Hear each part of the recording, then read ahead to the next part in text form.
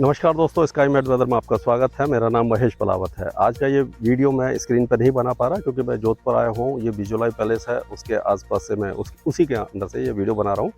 तो आपने देखा होगा कि अब मानसून पूरी तरह से यानी कि हटने की कगार पर आ गया है। जो वेस्टर्ली विंड है वो लगातार चल रही है और जो बारिश की गतिविधियाँ हैं लगभग समाप्त हो चुकी हैं। पूरे नॉर्थ वेस्ट इंडिया में पहाड़ों पर भी बारिश नहीं हो रही है, सेंट्रल इंडिया में भी नहीं है और साउथ पेनिनसुला में बारिश की गतिविधियाँ काफ़ी कम हो गई हैं। पूर्वी भारत में हालांकि अभी भी हल्की फुल्की बारिश की गतिविधियाँ जारी हैं। जो लो प्रेशर एरिया है वो कमज़ोर होने लगा है, लेकिन वो उत्तर पूर्वी राज्यों की तरफ और बांग्लादेश की तरफ दिखाई दे रहा है। तो अभी अगले 24 से 48 घंटों के दौरान हमें उम्मीद है कि जो बारिश की गतिविधियाँ हैं वो नॉर्थ ईस्ट इंडिया में ज़्यादा रहेंगी। पश्चिम बंगाल के कुछ इलाकों में हल्की फुल्की बारिश रह सकती है, बांग्लादेश में भी बारिश की संभावना है। उड़ीसा और झारखंड और बिहार यहाँ पर बारिश की संभावना बहुत ज़्यादा कम हो गई है, लेकिन फिर भी एक दो स्थानों पर बादल छा सकते हैं, हल्की फुल्की बारिश हो सकती है। तो कुल मिलाकर के अब मानसून लगभग समाप्त होने वाला है और जो नॉर्थ ईस्ट मानसून है यानी कि अक्टूबर में जो नॉर्थ ईस्ट मानसून आता है, जब हवाएं बदलती हैं और बंगाल की खाड़ी से नमी लेकर के जब ये आंध्र प्रदेश और तमिलनाडु की तरफ आती हैं तो नॉर्थ ईस्ट मानसून शुरू हो जाता है। 15 अक्टूबर तक जो साउथ वेस्ट मानसून है ये पूरी तरह समाप्त हो जाता है यूजुअली, मतलब जो इसका डेट है। उसके बाद 20 अक्टूबर के आसपास जो डेट है वो चेन्नई के आसपास monsoon north east monsoon Dastak दे देता है। उसके बाद यहाँ पर बारिश की गतिविधियाँ बढ़ती हैं।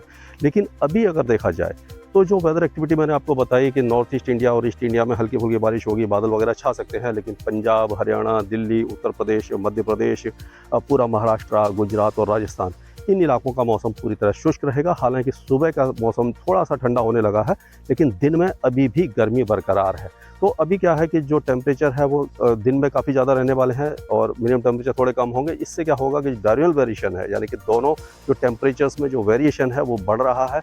इस समय बीमारी का खतरा बढ़ जाता है क्योंकि सुबह के समय हल्की ठंड होती है और दिन में काफ़ी तेज़ गर्मी होती है, तो थोड़ा सा ध्यान रखने की ज़रूरत होती है। लेकिन अभी ये जो सीज़न है वो वेस्टर्न डिस्टर्बेंस का सीज़न है। अब वेस्टर्न डिस्टर्बेंस लगातार आने शुरू हो जाएंगे और 9 तारीख और 10 तारीख के बीच में एक वेस्टर्न डिस्टर्बेंस आ सकता है जो पहाड़ों पर पहली बार अच्छी बारिश देगा, यानी इस सीज़न में, पोस्ट मानसून सीज़न में बारिश देगा। ऊंचे पहाड़ों पर स्नोफॉल भी दे सकता है और उसके प्रभाव से हो सकता है कि पंजाब और हरियाणा और उत्तर पश्चिमी उत्तर प्रदेश में हल्की बारिश की गतिविधियाँ हो जाएं।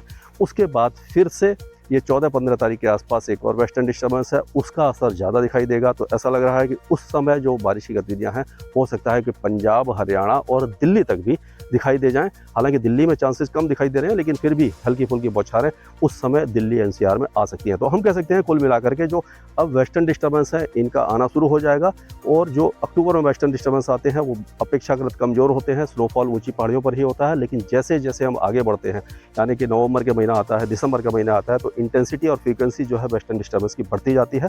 दिसंबर और जनवरी में सबसे ज़्यादा स्ट्रॉन्ग वेस्टर्न डिस्टर्बेंस आते हैं। उस समय मूसलाधार बारिश के साथ कभी कभी हैवी स्नोफॉल होता है, एवलांच की घटनाएं भी बढ़ जाती हैं, लैंडस्लाइड, मडस्लाइड भी फिर से शुरू हो जाता है। तो यानी कि उस समय जब भी बड़ा स्नोफॉल होने वाला होगा हम आपको पहले बता देंगे, जिससे कि आप जाकर के पहाड़ों पर आनंद उठा सके स्नोफॉल का। लेकिन अभी फ़िलहाल ये जो स्नोफॉल होगा जो 9 तारीख और 10 तारीख के आसपास होगा, ये ऊंचे पहाड़ों पर होगा, जहाँ पर जो मतलब टूरिस्ट डेस्टिनेशन जहाँ नहीं है उसी जगह पर होगा और बाकी इलाकों में हल्की बारिश होगी। लेकिन आप जा सकते हैं, इससे आपको कोई भी परेशानी होने वाली नहीं है। बारिश से हल्की बारिश होगी। और जो अगर हम और दक्षिण भारत की तरफ चलते हैं तो अभी नॉर्थ ईस्ट मानसून आने में तो देरी है, लेकिन बारिश की गतिविधियाँ शुरू हो चुकी हैं। जो कर्नाटक में है और जो उत्तरी केरला में है, यहाँ पर काफ़ी अच्छी बारिश है और अगले 2-3 दिनों के दौरान हमें उत्तरी आंतरिक कर्नाटका के साथ दक्षिणी आंतरिक कर्नाटका, यानी कि जो बेंगलुरु है, मैसूर है, तुमकुर है, चामराजनगर, इन इलाकों में अच्छी बारिश है। रायलसीमा में भी अच्छी बारिश है और नीलगिरी हिल्स जो हैं यहाँ पर भी बारिश की गतिविधियाँ अच्छी होने वाली हैं। चेन्नई और उसके आसपास के इलाकों में हल्की फुल्की बारिश होगी। आज जो मैच है, जो आज जैसे 8 अक्टूबर है, तो आज के मैच में हो सकता है कि चेन्नई में हल्की फुल्की बौछारें देखने को मिल जाएं, लेकिन मैच में कोई ज़्यादा बड़ा व्यवधान दिखाई नहीं दे रहा है। कल जो अगला मैच है जो न्यूजीलैंड और नीदरलैंड्स के बीच में है, जो हैदराबाद में होगा, वहाँ पर भी बारिश की संभावना नहीं है क्योंकि तेलंगाना और आंध्र प्रदेश के जो उत्तरी इलाके हैं वो पूरी तरह शुष्क रहने वाले हैं। हालांकि कोस्टल आंध्र प्रदेश में हल्की फुल्की बारिश हो सकती है। तो जो 9 अक्टूबर को नीदरलैंड और न्यूजीलैंड का मैच होगा हैदराबाद में, उस समय हल्की हवाएं चलेंगी, बादल छा सकते हैं और टेम्परेचर भी बहुत ज़्यादा नहीं होगा। 32 डिग्री के आसपास जब मैच शुरू होगा तब होगा और जब मैच खत्म होने वाला होगा तो 25-26 डिग्री के आसपास टेम्परेचर रहेगा। नमी बहुत ज़्यादा नहीं होगी। जैसे जैसे हम आगे बढ़ेंगे, यानी कि मैच के जो सेकेंड हाफ में नमी थोड़ी सी बढ़ सकती है पिच पे और ग्राउंड में थोड़ी सी ओस या ड्यू आ सकती है, जिससे कि फील्डिंग टीम को जो बाद में फील्डिंग करेगी उसको कुछ फ़ायदा हो सकता है।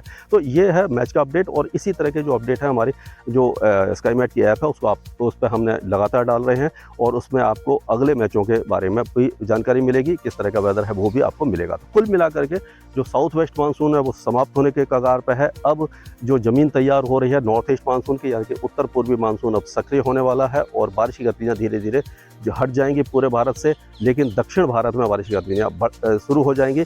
और उसके बाद ये जो नॉर्थ ईस्ट मानसून है वो सबसे ज़्यादा बारिश, यानी कि तमिलनाडु और जो आंध्र प्रदेश के इलाके हैं वो सबसे ज़्यादा बारिश नॉर्थ ईस्ट मानसून देखते हैं, जो अक्टूबर से लेकर के दिसंबर के बीच में होता है। 60% जो बारिश है नॉर्थ ईस्ट मानसून में चेन्नई और पूरे तमिलनाडु को मिलती है। हालांकि साउथ वेस्ट मानसून के कारण में क्या होता है कि जो हवाएं आती हैं ये अरब सागर से, वो नीलगिरी हिल्स के कारण केरल में ज़्यादा बारिश देती हैं, और जो तमिलनाडु और उसके आसपास के इलाके हैं वो लगभग सूखे रहते हैं। तो अब ये जो अक्टूबर का महीना है इसमें साइक्लोन बनने की संभावना भी बन जाती है, क्योंकि दूसरा जो सीजन है साइक्लोन का अक्टूबर, नवंबर और दिसंबर होता है।